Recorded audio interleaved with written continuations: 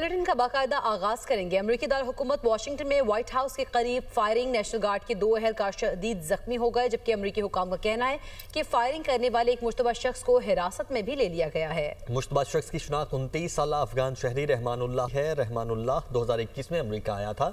जख्मी होने वाले दोनों अहलकारों का ताल्लुक रियासत वेस्ट वर्जीनिया से था। अमरीकी मीडिया के मुताबिक फायरिंग के वाक़े के बाद व्हाइट हाउस को आर्जी तौर पर बंद कर दिया गया है। जाए वकुआ के अतराफ के इलाके को भी घेरे में ले लिया गया है। पुलिस ने शहरियों को आई स्ट्रीट के करीब जाने से गुरेज करने की हिदायत की है। वाशिंगटन के रोनाल्ड रेगन एयरपोर्ट को भी आर्जी बंदिश के बाद बहाल कर दिया गया। डोनाल्ड ट्रंप का कहना है कि बतौर अमरीकी सदर अहद करता हूँ, हमलावर को सख्त सजा दी जाएगी। महकमा होमलैंड सिक्योरिटी को यकीन है कि ज़ेर हिरासत मुश्तबा शख्स गैर मुल्की है जो अफगानिस्तान से हमारे मुल्क में दाखिल हुआ। अफगानिस्तान एक जहन्नुम है। अब हमें लाजमी तौर पर हर उस एलियन का दोबारा जायजा लेना होगा जो बाइडन के दौर में अफगानिस्तान से हमारे मुल्क में दाखिल हुआ। हमें तमाम ज़रूरी इक़दाम करने होंगे। ऐसे तमाम एलियंस को अमरीका से निकाला जाए जो यहाँ रहने के हकदार नहीं। इंसदादी दहशतगर्दी की जानिब से FC हेडक्वार्टर्स पर हमले की तहकीकात जारी है। हमलावरों की जानिब से इस्तेमाल की जाने वाली मोटरसाइकिल चोरी की थी। ज़राए के मुताबिक मोटरसाइकिल रावलपिंडी से चोरी की गई। FIR मुतालिका थाने में दर्ज थी। हमले से मुतालिक कई मुश्तबा अफराद को हिरासत में ले लिया गया है। इसी पर बात करेंगे। शहजादा फहद हमारे साथ मौजूद हैं। शहजादा फहद, आगाह की जगह तहकीकात जारी है, मजीद क्या अहम इंकशाफात सामने आए?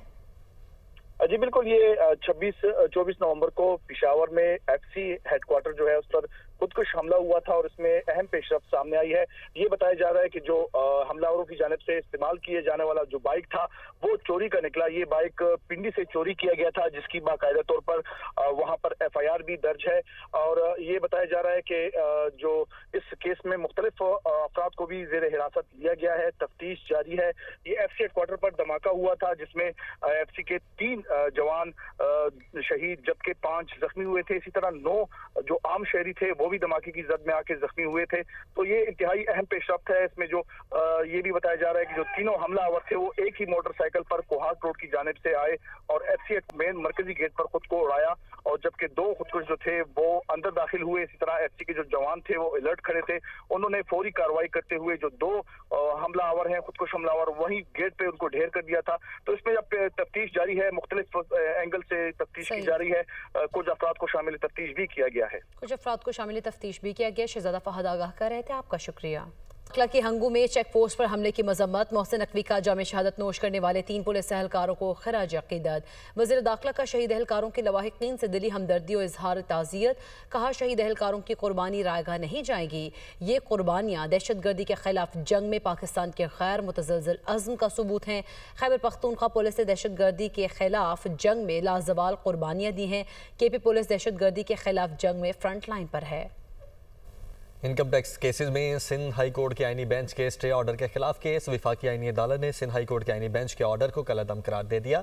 जब यह ऑर्डर पास हुआ तब 26वीं आईनी तरमीम नाफिजुल अमल थी। जस्टिस आमिर फारूक का इस्तफसार कहा, जब कानून बना तो वाज़ेह हो गया कि आईनी मुकदमात आईनी बेंच में जाएंगे, दूसरे केसेस रेगुलर बेंच में जाने चाहिए थे।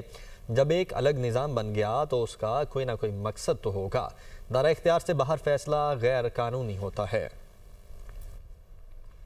इस्लामाबाद हाई कोर्ट में लाहौर और बहावलपुर से कमसिन बच्चियों और वालिदा के अगवा का केस। साबिक CEO PIA मुशर्रफ रसूल का शहरी वकास अहमद सुहेल अलीम के साथ लेन देन का तनाज़ा। वकास अहमद और सुहेल अलीम के खिलाफ दर्ज मुकदमे खारिज करने की दरख्वास्त पर समाअत हुई। इसी पर बात करेंगे। रिजवान काजी हमारे साथ मौजूद हैं। रिजवान काजी, समाअत का हवाल बताइएगा। जी, इस्लामाबाद हाई कोर्ट ने आज लाहौर और बहावलपुर से कमसिन बच्चियों और वालदा के अगवा के मामला में DIG ऑपरेशन इस्लामाबाद को आइंदा समाअत पर तलब करते हुए कहा कि DIG इन्वेस्टिगेशन आकर बताएं कि लाहौर पुलिस का बयान कलम बंद किया गया है।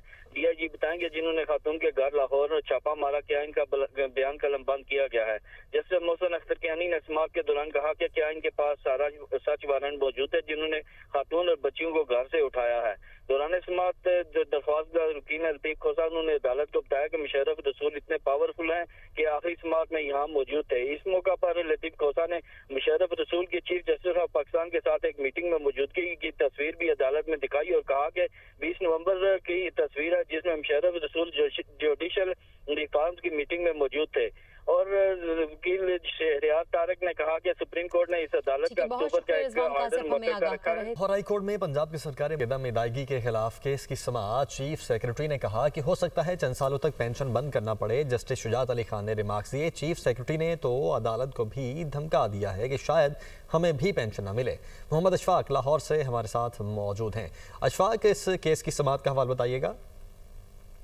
لاہور ہائی کورٹ میں پنجاب کے سرکاری ملازمین کو ان کی زندگی میں ہی گروپ انشورنس کی عدم ادائیگی کے خلاف کیس کی سماعت ہوئی تو جسٹس شجاعت علی خان کی سربراہی میں 3 رکنی فل بینچ نے سماعت کی۔ عدالتی حکم پر چیف سیکرٹری پنجاب اور ایڈوکیٹ جنرل پنجاب امجد پرویز پیش ہوئے۔ چیف سیکرٹری پنجاب نے فل بینچ کے سامنے کہا کہ ہو سکتا ہے کہ چند سالوں تک پینشن بند کرنی پڑے۔ جسٹس شجاعت علی خان نے کہا کہ چیف سیکرٹری نے تو عدالت کو بھی دھمکا دیا ہے کہ شاید ہمیں بھی پینشن نہ ملے۔ ہمارے ساتھ جو ہونا ہے اس سے کوئی فرق نہیں پڑتا، ہمیں عوام کا سوچنا ہے۔ جسٹس سلطان تنویر نے کہا کہ چیف سیکرٹری تو خود گھبرائے ہوئے ہیں کہ شاید انہیں بھی پینشن نہیں ملے گی۔ جسٹس شجاعت علی خان نے کہا کہ چیف سیکرٹری کو بھی پینشن نہ ملے تو انہیں بھی عدالت ہی آنا پڑے گا۔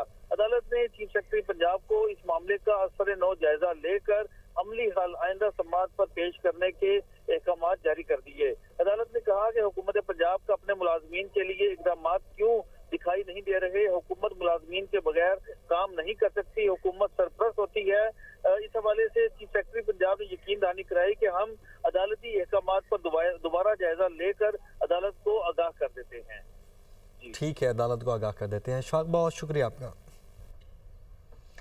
سرکاری و تعلیمی اداروں کے احاطوں میں غیر متعلقہ اجتماعات کے خلاف دائر درخواست پشاور ہائی کورٹ نے غیر متعلقہ اجتماعات سے متعلق فیصلہ جاری کر دیا۔ عدالت نے سرکاری اداروں کے اطراف میں سیاسی جلسے، جلوس اور اجتماعات پر پابندی عائد کر دی ہے۔ فیصلے میں لکھا کہ تعلیمی اداروں، سرکاری مقامات یا پھر انتظامیہ اداروں کے احاطے میں سیاسی اجتماع پر پابندی ہوگی۔